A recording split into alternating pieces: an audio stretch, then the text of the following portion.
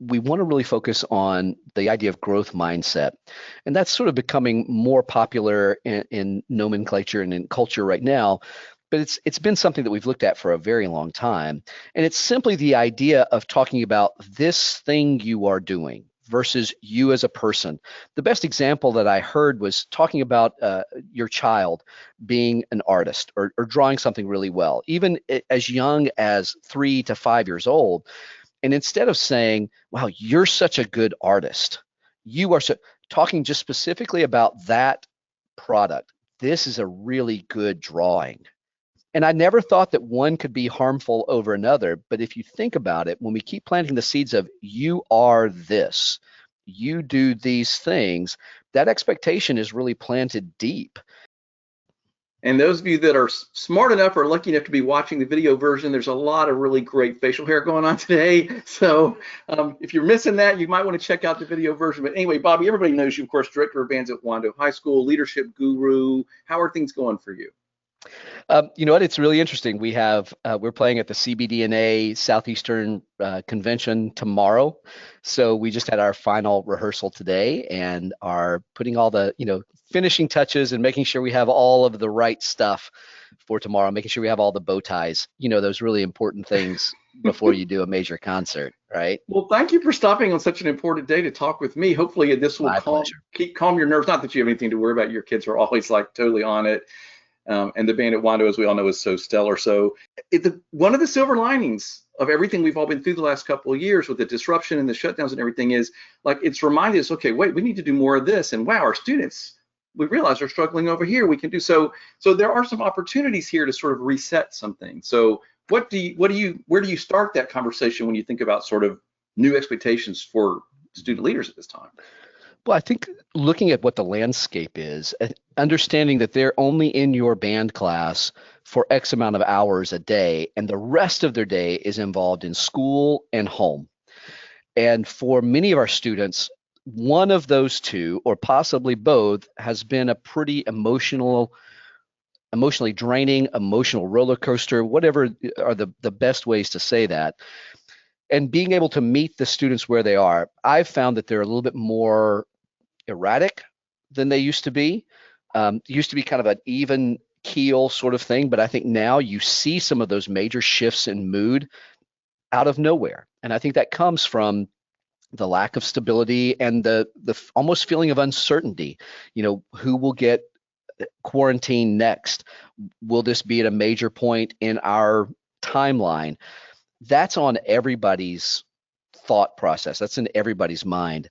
So there's a little bit of that landscape that has to be considered first, but then the expectations that we've had have still remained high. And I'm not even talking about just quality, just the need and want for quality music experience and performance.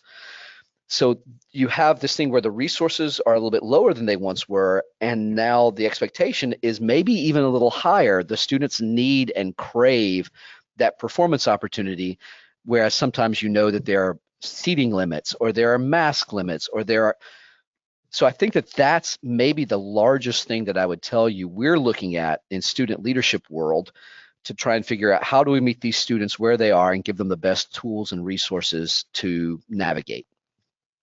Yeah, that's so interesting. Of course, the thing you're describing about sort of being really emotional and erratic and not settled and everything, I think everybody in the globe is probably feeling that.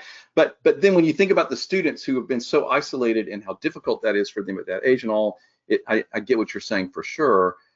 It also reminds me, you're talking about this hunger that they have to be back in these groups. When we came around to the fall, everybody was talking about, well, how's it going to be? Or our band's going to be terrible. We've had this whole year off, and our students can, and then bands were better than ever. Like we were all excited, like, wow, students are really hungry. And then the same thing's happening this winter. Groups are like really on it. Students are so excited to be back and be able to be a part and do it. So that hunger is there, but then we have to teach them some new skills, deal with them differently. Like how are you thinking about that as you go into this summer symposium? Sure. I think the first thing that I would tell you is that we want to really focus on the idea of growth mindset. And that's sort of becoming more popular in nomenclature and in culture right now. but it's been something that we've looked at for a very long time. And it's simply the idea of talking about this thing you are doing versus you as a person. The best example that I heard was talking about your child being an artist or drawing something really well, even as young as 3 to 5 years old. And instead of saying, wow, you're such a good artist, you are so, talking just specifically about that product. This is a really good drawing. And I never thought that one could be harmful over another. But if you think about it, when we keep planting the seeds of you are this, you do these things, that expectation is really planted deep. And it could be as young as they are, or as novice as musicians can be when they enter your ensemble. So the idea of saying, well, so and so is a great oboe player. Okay, no, I think it's more of a thing of like that solo was wonderful. That sound was great. And talking with students about doing the same thing with their peers. And that's a really tough shift to make. It's a tough shift for me as a parent and as a teacher, but it's tough for the students to even hear that, like, I am not tied to the product solely, meaning this product is not my only outlet for security, for progress, for growth, any of those things. It's a part of it, but it's not the sole exemplar of what I am capable of doing. I and we've all seen that in our classes already. We've seen incredibly bright students who maybe don't play really well, or very athletic students who don't play very well, or vice versa, incredible players who can't communicate very well. And I think when we put that label on them, you're a good, that doesn't allow them to get into that growth mindset of, okay, if I am just this, I am just this, as opposed to this thing that I did was really good. And I'd like to do more of that. Yeah, the thing I love about the growth mindset is the word yet. Like, okay, I can't do this skill yet. I can't play this passage yet. And the idea that I'm a work in progress, right? I'm always Right. going to be growing, that the growth mindset, that always going to be growing and changing. So rather than I want you to be a good drum major, it's like, okay, how can we grow this year as student leaders? How can we bring everybody along on this journey as opposed to being a thing? So I love that we're talking about that. How do you approach that with the students at the summer symposium and any other time you're talking about it? Like, is there a specific way that you teach that other than just talking about it? Oh, sure.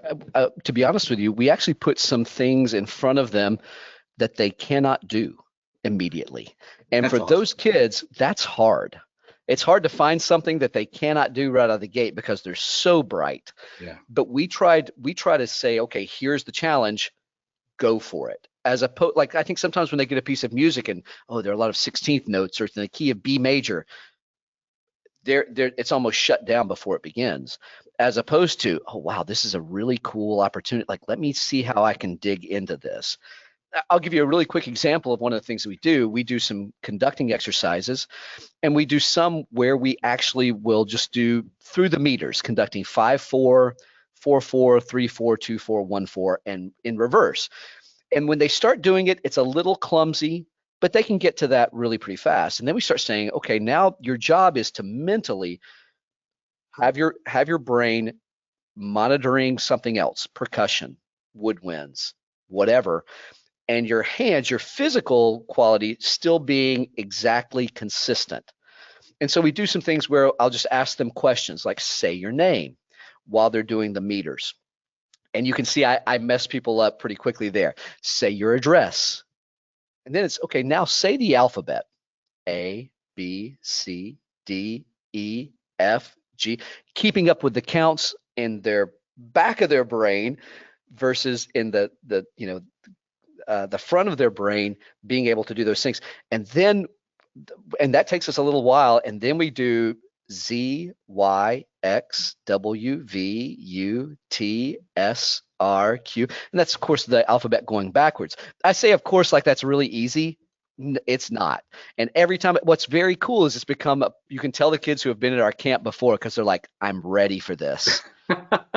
You taught me this last year, and now I'm ready for this. Like, it's a badge of honor to be able to do that.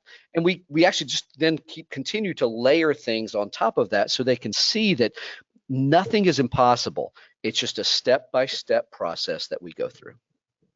You know, I don't even know if I could name the alphabet backwards just sitting here in my chair, you know, much less. So that's a really, really interesting example. But the other thing I love about this is if they're not like you're a perfect whatever, but like you're a thing that's growing and changing and learning, and it's okay to be in that process, then it also teaches them that they don't have to be great at it. They can actually be terrible at something. They can fail at something, and that's okay. That's a pretty big lesson that I think And students need. we could push that pretty hard because I've just gone through a really tough season in my life personally, and I did a podcast about it a couple of weeks ago, and it challenged everything. And the piece that I came away from was that failure is necessary. If there isn't failure in your life, you are just so in your box that you're not growing. I don't think that you can have growth without failure right there as well. And unfortunately, I think sometimes our school systems have built it so that they take the failure away from growth, and they either move so slowly or move so carefully or don't move that students feel like, well, I can't fail. My entire being will be hurt if I don't make drum major. Hmm. Well, this from the guy who I tried out for drum major 3 times in high school and got it 0 of them. And now I spend my summers teaching drum majors. So I think letting them know that it is a work in progress and none of us is there yet. But for those people that are farther down the road, steal as much as you can from them, or learn as much as you can. It's probably the nicer way to say that, but it is that idea of like, man, I want as much information as I can get. I want to know how to do this really well. You know, I think as adults, especially, we don't set ourselves up to like we don't give ourselves opportunity to fail. And I think it's really good to be really bad at something sometimes. You know, for example, for me, like during the pandemic shutdown, I started baking. Okay, like I am not someone that's comfortable in the kitchen, you know, like me, like Right. heating a Pop Tart was a triumph, right? So for me to start trying to bake a cake, and so it was really interesting. Like I had to get comfortable with the idea that I was terrible at it. And I mean, like I would take chocolate cakes out of the oven and literally dump them in the trash can because they Right. were inedible. But this was so good for me. And now I'm really getting good at it. But the process of allowing myself to be, okay, I'm not going to be good at this for a while, and that's okay. I don't think we Mhm. set ourselves up for that as adults, and we should. Well, I think that it's planted in the student at the high school level, especially in the middle school level, but definitely prolonged to the high school because there's all of this comparative stuff that we do. Yeah. Oh, you're Yeah. first chair and I'm third chair, and therefore I'm a less human being than you are.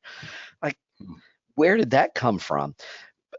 Yes, music has to be set up with that kind of organization. But one of the things that we do at Wando a little bit separately is we usually will rotate parts around for different pieces. If you watch a concert of ours, our kids rarely play the same part in each piece.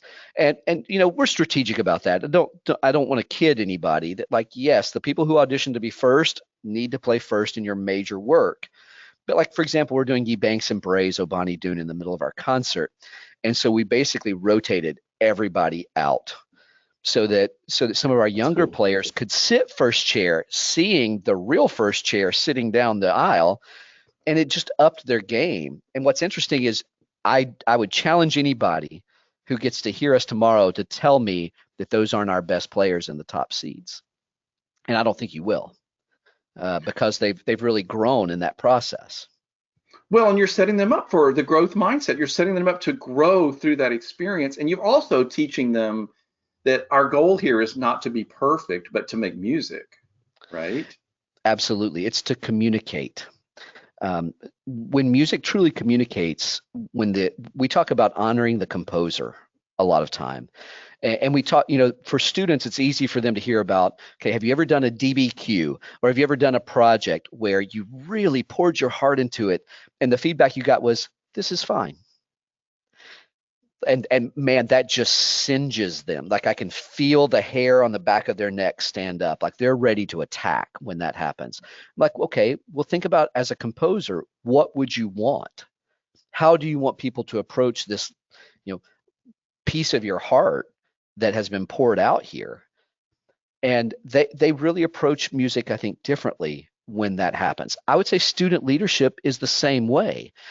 We really focus on remember that time when an upperclassman made you feel valued. And for every kid, well, actually, let me say this, for 90% of the kids, you can see it. Like their eyes light up and there's a smile that creeps on their face. And I remember mine, I was in 7th grade and Katie Anthony saved me a place at lunch at band camp. I remember it just as clear as I'm looking at you right now. Wow. So we talk about that. And then I don't want to leave these out because there's a 10% of the group that's like, I've never felt that. And I talk to them about like, we owe you an apology. As the professional world of music educators, if we haven't fostered a place for that, we've messed up and we need your help to fix it. So your job now is to find someone that you can influence and really set that in motion. So that idea of it's always a huge cycle, isn't it? Like I come through as a freshman, I don't know anything. I'm struggling. I'm a sophomore. I know everything, but I shouldn't be helping anyone. I'm a junior and I think I know everything and I can do a little bit. Okay, I'm a senior and my job is to care for the freshmen. If I'm still having to work on left, right, there's been some bad teaching going on right there. But if my job then, like when I have seniors come in and say, well, I've done marching band for 3 years. Why do I want to do it again? It's like, oh, now it's fun. Now's the best time. Um, Tim Lotzenheiser and George Parks used to tell this story. I don't know which one to attribute it to, but he said it's like the 3 levels of Santa Claus. And we talk about this quite a bit. In the beginning, when you're young, you believe in Santa Claus and you think, oh my gosh, this is incredible. And this person came down our chimney somehow and we don't even have a chimney, but here are my presents and this is incredible. And you just are fully immersed and you love it. It's kind of that 3-year-old to 8-year-old kind of mentality. And then comes middle school where you don't believe anymore and you become bitter and you become just, like, oh, only babies believe that. And oh my gosh. But stage 3, which is where I hope my juniors and seniors are, is where you become Santa Claus. And it's now your job to create that magic for the younger people. Every year, band directors and student leaders will tell me, the best year I've ever had was my freshman year. No, it wasn't. You were just so bad you didn't notice the other stuff going on. And you just experienced improvement. You got that growth mindset really ingrained in you. And so you grew, but you had no idea just how bad you were. And that's fine. Then as seniors, you start to kind of, oh man, we've got these problems, we've got this stuff. Yeah, they've been there the whole time. You just now are aware of them and we need your help to address them. I love that so much. And it's interesting because you're setting up, and gosh, I mean, who wouldn't want to come hear you talk about this and teach this at the Drum Major Institute? I mean, I'm like, all right, sign up for the summer symposium, everybody. But anyway, the thing I love about this is that we're talking about student leaders not as like being in charge or making things happen, but really building and nurturing the culture of your group. That is such a different context that I think student leaders need, but a lot of times we don't get to that part. We don't grow to that level. Right. They think that it's as simple as, okay, make everybody be quiet. Oh my gosh. We talk about that type of leadership is like taking the SAT and only getting your name right. Like, yes, there are points attributed to that. However, they're not very strong and it doesn't show any kind of intellect or any kind of prowess. That idea of yelling at somebody, a baby can do that. A dog can do that. What really takes the skill and the patience is to foster someone to, number one, want to get better, and number two, have a pathway to get better. And so we talk a lot about motivation. How do you motivate others? Success is motivating, sure, but you know what? Failure can be motivating too if we have the right mindset. Encouragement, caring, all of those things can motivate people, making people feel that they belong to something. That's one of the biggest ones. If you think about Huge. anybody, for the band directors, when I talked to them about this, I was like, how many of you have ever been in a fraternity or sorority? And almost all of them raised their hands. And my question is, why? Like, you paid for that? You paid to be a part of that so that you could do all the, no, you paid so that you could have this community of people that you became really close to. So if it was that important for you in college, don't you think it's that important for your high school band members? Absolutely. So the motivation piece is a really big deal. But then that idea of I need to design pathways, I need to foster pathways so that students can know where to go. We have several systems in place for that. Like, for example, just a really simple one that we use is say it, show it, sample it, and using as short a sentence as you can. No conjunctions, no verbal noise. So like, okay, you like, and as soon as we start having them count the ums, it blows their mind. But we say it, show it, sample it, say what you want them to do, show them what that is, and then give them a chance to try it. Don't be all over them. Give them some time to try it on their own, feel it out, see how this goes, and then come back and start the cycle all over again. Say it, show it, sample it. Okay, so you're giving them these really practical, smart tools that have to do with this growth mindset. So I want to back up a minute because we talked about it being okay to fail at something, not be good at something. I have to tell you, I feel like a lot of times drum majors in the high school band feel like they can't fail or they can't mess up. They have to be perfect. So how do you address that with these students, especially now when we're talking about maybe we need to have a little bit of different expectations after all this stuff? But I Mhm. do think drum majors think I can't mess up on the podium and I'm in charge and I'm its example. That's a lot of pressure. And I'll tell you, I felt that as well. As a drum major on the podium, I felt like I couldn't miss. However, my great college band director, Bob Buckner, he pulled me aside one time because he could see that I was just seething. There was a particular meter change I just could not get, and I was just seething. And he pulled me aside and he was like, "Is that helping? Do you feel like you're getting better with all this rage that's going on?" No, I don't. Okay, so he said, "So here's what you do. Just admit that, oh, hey, this is my fault. I'm sorry, and I'll get it." And I said, and he said, "I bet by the next time you come back to rehearsal, that'll be fixed, don't you?" And I was like, "Yes, sir, I absolutely." He was like, "Then what else do you need us to do? Is it like a pound of flesh? I mean, like, is that going to help? We all want you to get it. You're beating yourself up doesn't get you any closer to that." And so while there is that expectation of I do want to do everything that I can, but when I don't, when I fail, what do I do? We all revert to beat myself up, and if I beat myself up hard enough, maybe others won't get on me as badly. I mean, that's really what it is when you Wow. stop and think about that. So, okay, what are my steps? Like saying, this is my fault. I'm not going to get it today. I, I won't come back with that. I won't come back to rehearsal until that's fixed, and I will do everything I can so that when you come back and when it is fixed, the level of respect of the students goes way high. Most people don't know this. When I transferred from UNC Chapel Hill to Western Carolina University, uh, my first after my first semester, I loved UNC. It was great, but I wanted to be a music ed major, and I liked the music ed department at Western a little bit better. So I auditioned and got in, and so I came that spring. The next At the end of that spring, they were doing leadership auditions for the next year, and Bob had announced, hey, we're going to do a rookie camp, so anyone who's never marched at Western, you're going to be expected to be here the first week of August. Well, I'd already committed to be a band camp tech at little school Andrews High School in Western North Carolina, and the staff consisted of me. So if I wasn't there, 100% of the staff was quitting.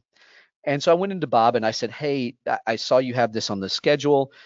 Is there any way that I can do something else instead of that? I really don't want to let Anthony down, and he knew the band director. He said, well, how about this? Why don't you come to drum major auditions? Just check it out, and we'll do the marching stuff there, and then you won't have to worry about it. I was like, great. I'd never been a drum major before. What, I'll come and do that. So I came in, I got the music, and I practiced. I didn't want to look like an idiot. Practiced and did all the things. I took my turn, and I left. You were supposed to stay around to find out who got it, but I was like, I'm not going to get it. I've never been in this band before. I'm going to dinner. And I'll never forget, I was at dinner, and Joanna Abel at the time, Joanna came running in, and she was like, Bobby, you've got to get back to the band room right now. I was like, what's wrong? What's happened? They're like, you're the drum major next year. I was like, oh crap. I've never been in this band before. So the first day of band camp, Bob says, okay, call him to attention. And I literally turned around the podium and said, how do you all do that here? Huh. Not the auspicious entrance to the leadership world that one might have thought I had, but all that to say, like, I needed those tools, because I couldn't do a lot of things right out of the gate. And I had to have those tools of, I'm sorry, I will fix this. I will find the right answer. And I came back with it, and the respect shot up of the kids who didn't even know who I was. Well, and talk about allowing ourselves to fail and to be vulnerable in front of people, right? Which is basically what we're talking about. There's been so much talk about that the last few years, Bobby. Like, I've had so many people on conversations like this one that just randomly mention, I'm trying to be more authentic in front of my students and be vulnerable and let them know I'm not good at this. Can be patient with me, or I'm having a rough day. So I feel like, can we teach those drum major students the same thing? That it's okay to be a human being, and let them see that you're not perfect and that you're human. Do you know the hardest time for me, and I think for many teachers, when everything's calm, I'm very good at that. I'm very good at accepting things and all that. It's when the pressure gets on that it's the hardest. And I can tell you, you can set a great example 9 out of 10 times. But if that 10th time was at a moment of pressure and you made the wrong move, it lasts a long time in the brains of the students. And that's been a hard lesson for me to learn. And I've messed that up. I wish I could. I've messed it up more times than I've gotten it right. It is so hard. It is so hard. But when I have gotten it right, I have seen month and year-long change in this kid when they're at a place where they're very vulnerable and they're scared that I'm just going to rip their head off. And I say, man, I get it. I understand where you're coming from. Can you fix it? Okay, then let's do it. Let's go with that, and let's move forward.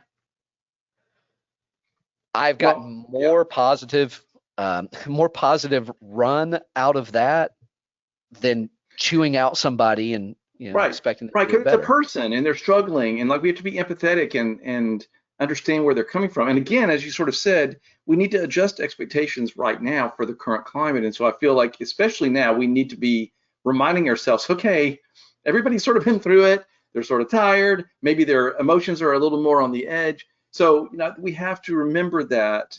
And I feel like, boy, I really want my leadership team to understand that idea. Mm-hmm. Like, we have to be a little extra patient, give people a little more of time to, whatever. So you're going to be talking about that this summer at the symposium? And one of the ways where we'll start that discussion is saying, what do you want? If what you're wanting is a piece of plastic trophy, none of this will work. It just won't. However, if you really want to build lifelong relationships, if you really want to engage music at a high level, if you want to engage performance at a high level, if you want those things, then yes, that growth mindset, that ability to fail, that empathy is a cornerstone of what you have to do to get to those final places.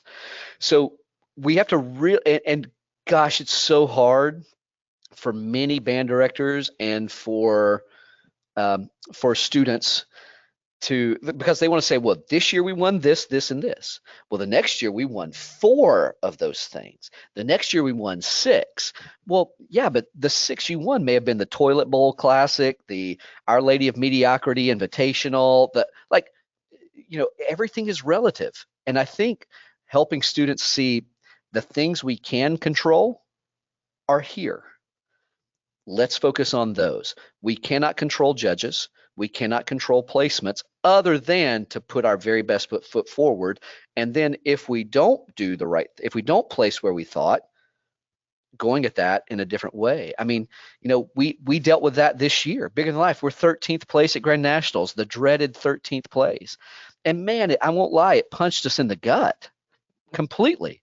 It's tough. But I'm here to tell you, we came back and we talked, and from that day until now, and I think moving forward, it's been a different Wando band. It's been, and yes, there was some anger, yes, hurt, yes, but that's not there anymore. That's been replaced by, I care about this a lot, and I really want this to be good. Whereas before, it's always good. What do I care? And just that change of mindset has been powerful for us. That's where and it comes full circle, right? Like we reset what we wanted, and luckily we'd been talking about here. We wanted to go out with a great performance. We did, and so our needs have been met. Now, what do we want to do to grow past this? We are not bad. This performance was not up to some of these other standards. And we've been working diligently to find, how do we improve? What do we do? I think the kids have seen us doing this, so that when they are experiencing it on an individual basis, they're seeing, okay, I'm not a disaster. I'm not a train wreck. Right. I'm just growing, and I'm not there yet. Right. And of course you can't, as you're saying, you can't judge the value or impact of your season on one judging score placement moment. Like, you know what I mean? But if it's all about, did we get better? Have we grown? What's this done for, all those kind of things, if that's your context. I like that you're going into talking to the drum majors about this, just because I feel like they are leaders in bands, and they need to understand this stuff, because they're going to bring this back to all of their different band situations and their families and the culture there. That's very powerful if we can spread that message and get people to have that context, especially now. Well, and I think that they're the best conduit between student and adult relations. They have one foot in each of those worlds, always. And so the more and I will tell you, my drum majors have humbled me more than once. There have been times where I got to push everybody, and they'll just turn around and look at me, and I know what that is. They're like, no, because my drum majors go to the summer symposium too. Well, they also know that you're a human being, and that you really, really want it to be good because you care about them. Absolutely. So they understand where that comes from, but it's nice that you can have that communication. I can tell you, my head drum major this past year, Brooke, she's a fantastic clarinetist. She's my principal clarinetist right now, and she would just turn around. Like, normally she was always facing the band, and when I was maybe pushing a little harder than I should have, she would just turn around and look me in the eye, and I was like, okay. That's fantastic. Because I can remember her standing when she was because she's been a drum major for a long time. I can remember when she was standing in the place I was talking about. You never want to do this, and I'm standing there just doing it as hard as I can. I'm pretty open and honest with my student leaders, with my band, for better, for worse. I kind of wear my heart on my sleeve, and I will tell them, like, hey, I don't think I've had a year in my 21 years of teaching that I haven't had to publicly apologize to an ensemble. Well, but that's part of it. Like I said, you're a human. You're very passionate, like that. How could you not? But the point is that you were smart enough to know when to stop and make that apology and move on. Yes, people absolutely. that think they can't ever admit that they were wrong or apologize, that's when you really get into trouble. Well, and especially if you do apologize and you don't feel forgiveness, that's on you. Like I tell kids, like, if you've messed up and you apologize, then you're done. If it's a sincere apology, well, maybe they won't forgive me. Doesn't matter. You've done all that you can do. We can't control other people. We can only control our reactions to those things. I think Fran Kick really hits that home in the leadership weekend leading up to us. He talks about it's not about what it is, it's how we react to those things that's so important. And for the drum majors, it's wildly important, as we were saying, about with them in one foot in both camps, the adult and the student, to really be a great conduit of communication. And sometimes we need them to step up and show a better example. Sometimes we need them to tell us, hey, I think that everybody's trying really pretty hard. Like, it may not feel like that, but boy, I think they are. And sometimes we as band directors don't know. We can be oblivious. We get we've got a show on Saturday and we don't know how Well, to get but on the field. that's why you need your student leaders and your drum majors to get this training. And I got to tell you, I'm loving this conversation, Bobby, because I'm thinking, who could hear this and not think, I need to make sure that my student leaders, including my drum majors, like understand these concepts and bring them to my band and bring them to me. Because like Yeah. you said, I want to learn this and be reminded of this too. Thank you, Tim, for doing this. I love talking about it. If you have any questions, you can find me online. Please feel free to reach out. If you have a specific question, my drum majors are dealing with this. How do you approach that? Happy to help. Cool. Thank you for talking to me, Bobby, and looking forward to the summer symposium. Thanks a lot, Tim. Appreciate it. See you, everybody.